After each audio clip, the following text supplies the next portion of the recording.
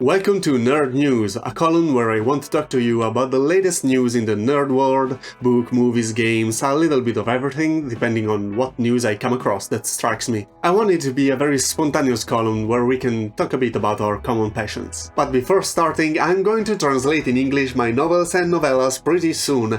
If you like science fiction, make sure to subscribe to the channel and follow me on all my socials. You find links in the description to know when and how it's gonna happen. We start today talking about the Netflix release of the 7th season of Rick and Morty, for the first time without co-creator, writer and voice actor Mark Justin Roiland, and his absence weighed a lot. Not so much in terms of the fact that he was the one who dubbed both Rick and Morty, because the two voice actors they assigned the characters to were able, through some kind of voodoo magic I think, to trace his style so perfectly that I didn't even notice. But from a directing and storytelling point of view, because Roiland was both a director, storyteller and showrunner for Rick and Morty. In fact, out of 10 episodes this season, I only liked 5. But what the hell happened to Railand? Actually, his firing is not recent news. It was announced in January 2023, more than 1 year ago, when the facts were made public. In 2020, he had been arrested and charged with domestic violence, a fact that involved the girlfriend he was dating at the time. Since then, many other allegations of abuse surfaced, and female colleagues came forward as part of the Me Too movement. The climate wasn't the best for Roiland. Just 2 years earlier, in 2018, Rick and Morty co-creator Dan Harmon was at the center of a controversy over unprofessional workplace attitudes. Harmon later apologized on his podcast, admitting that he had made unwanted advances towards a colleague who worked with him on the sitcom Community, which I recommend by the way, it's very funny, and then mistreated her when she rejected him. Apparently they were able to clear the air in this case, and after an initially tense situation, the woman in question accepted his apology. In any case, Railand was eventually cleared due to the lack of evidence, which is not the best way to be cleared. Unfortunately, in these cases it's often difficult to find evidence, and the fact that the first complaint was followed by many others, and that the colleague Harmon also had a history of mistreatment does not bode well for Railand. He was fired from Adult Swim and resigned from Squanch Games, and was also removed from 2 other shows he was working on. However, new allegation of sexual harassment and predatory behaviors towards minors surfaced the last October. So, not great. We'll see how it goes. But let's get back to Rick and Morty, which, as much as it's part of a dysfunctional universe, still seems better than reality. As I said, the overall quality of the stories has dropped quite a bit. Rick and Morty has always stood out for its brilliant plots. However, this season, in my opinion, starts really badly. The episodes I liked are mainly in the second half of the season. The first 3 episodes I did not like at all. They bored me, I suffered so much, I began to fear that it will all be going like that, but fortunately it was not. I still liked half of the episodes. Fun fact, the episode with the lowest rating is one of the ones I liked, so never trust the IMDb scores too much. Which means don't trust people's opinions too much. But let's move on to Avatar: The Last Airbender. Some comments from the creative team behind the live-action adaptation of Avatar: The Last Airbender made me a little worried. The trailer looked good, I felt like it was going well, I was calm and relaxed, and now this. But let's talk about it point by point so there's no confusion. Okay, Sokka was a bit sexist in the very early episodes. The phrase "girls are better at sewing pants than boys, boys are better at hunting and fighting" is often quoted. But you have to distinguish from gratuitous sexism from what is a character trait, a character flaw. Being sexist was one of Sokka's flaws, and very early on he goes through a growth arc in which he overcomes this prejudice of his due to the division of labor in the society he grew up.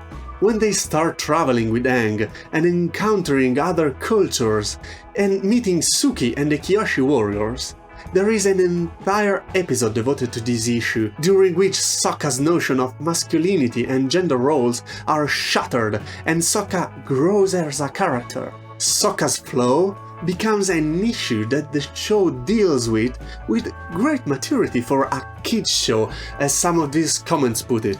So I don't see why it can't be handled as well in a live-action version. However, I do understand that they have a lot less time than the original series, that they've squeezed into a small number of episodes and forced to cut things, and that they decided to cut an arc of Sokka's growth that was nice, but not essential. I hope these are the real reason, and not as some people have suggested that they thought it was bad that a character was initially sexist. I also understand that they wanted to make Aang more dedicated to the cause, more focused on the goal, because if in the original show you could spend an episode riding Appa and go on that island, riding Appa and go the other way, or spend an entire episode playing with Momo, in this live action the timelines are much tighter and you have to get right to the point. We miss a lot of the exposition of the setting, which was one of the nicest things in Avatar The Last Airbender, but in this case the script requirements leave no escape. The thing that really worries me is this statement. The showrunners say that they had to find a balance between the original fans and the people who liked Game of Thrones. And if you've been following me for a while and you need to speak Italian and being subscribed to my Italian channel to do that, so I guess none of you follow me for a while. This is the first video I post in this English channel, so if you're an Italian speaker and follow me for a while, you're for sure hear me say that the eagerness to copy Game of Thrones is the worst thing that ever happened to fantasy. It is something I unfortunately find myself saying a lot when talking about the fantasy shows in the last 10 years. All the shows that have tried to recreate that formula have failed miserably, because they want to apply it to stories that were not designed to have that formula. The Chronicles of Shannara, The Witcher, Rings of Power, just to name some examples. I understand that they want to grow Avatar a little bit, and that's fine, that's totally fine to me. That's fine to show the more mature sides of the story. They want to show the more adult side of the story and they cut out the sexism theme? I mean, that doesn't make any sense. I mean, the news earlier about Rick and Morty was just about that. Is a very important issue, very important in the time we live right now. It doesn't make any sense. My point was that it's okay to let the show grow up a little bit.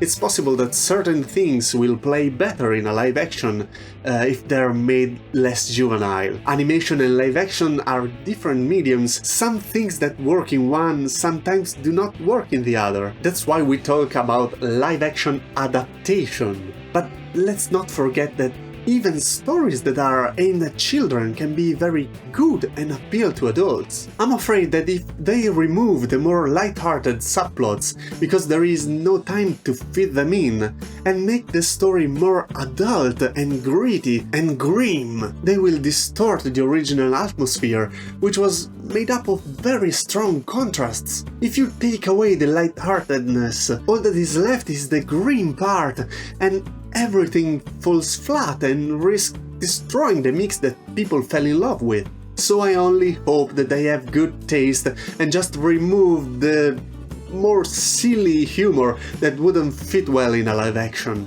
and that they do not go too far in looking for the dark vibes of Game of Thrones, and that for Odin's sake they don't put plots and conspiracies where there aren't. Avatar has its plots, has its conspiracies, and doesn't need any more of them. So stop randomly complicating everything, More complex doesn't mean better. The most likely thing is that it will end up being a fun show, but a disappointing adaptation. Like almost all live-action adaptation. And the funny thing is that it would be enough for it to be better than the movie.